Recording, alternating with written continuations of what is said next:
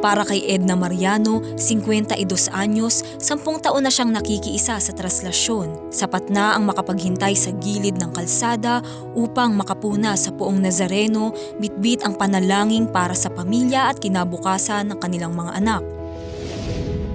May motivation po kami. Yun po answer naman yung namin, panata namin. May sagot po Kaya tinuloy-tuloy po namin. Yung katulad ng anak ko na gusto namin mag-graduate. Mag-graduate siya. Ng ano? Mascom. Tapos yung pangalawa teacher. Kasi lahat naman ang hinihiling namin na tutupad. Samantala, may mga tulad ni Carmits na pinipiling hindi sumama sa prosesyon bagamat nakikiisa siya tuwing pista, nananatili siya sa loob ng simbahan. Isang paraan niya bilang deboto dahil para sa kanya ay mas ligtas itong pamamaraan ng pananampalataya. Nagsisimba ako tuwing piyesta ng Quiapo pero hindi ako deboto at hindi ako sumasama sa prosesyon ng Quiapo.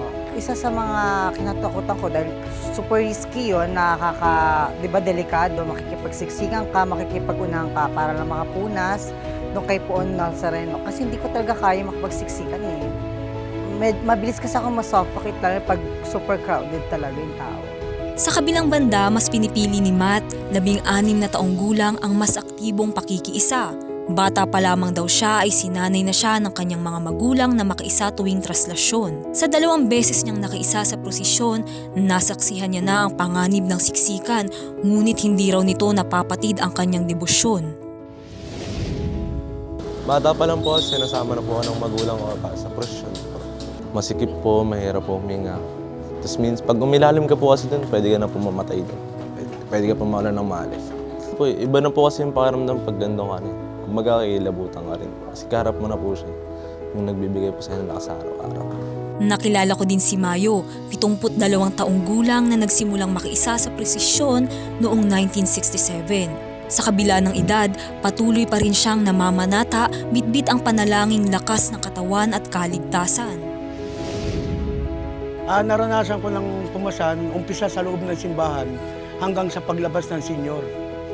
Hanggang sa paglabas sa Plaza Miranda, masama ako niyan. Hanggang sa nakakasabay ko nga sila Fernando po ng araw. Hilingin mo bago ka sumalang, sana ligtas pa rin ako hanggang sa pag-uwi ko. Sa mahigit 5 dekada ng kanyang panata, ilang beses na rin niyang naranasan ang panganib. Marami nang nangyari sa ko, diyan kami nag-i-stampede minsan. Pag nasa lubid kasi kami, minsan nawawala kasi yung umuotro yung lubid, yung tao nagkakagulo, minsan tumutumba kami sa kalsada. Buti na lang hindi kami nadadaanan ng andas. Iba-iba man ang paraan ng pakikiisa ng bawat Pilipino tuwing pista ng Jesus Poong Nazareno, iisa ang pinanggagalingan ng bawat deboto, ang pananalig sa Poong Nazareno. Dito ipinapakita hindi lamang lakas ng katawan ang sinusubok, kundi ang lalim ng pananampalatayang patuloy na nagbubuklod-buklod sa milyon-milyong Pilipino. Nauuna sa Balitang Totoo at Laging Bago, Dane Gulimlim, Alauna sa Balita, Congress TV.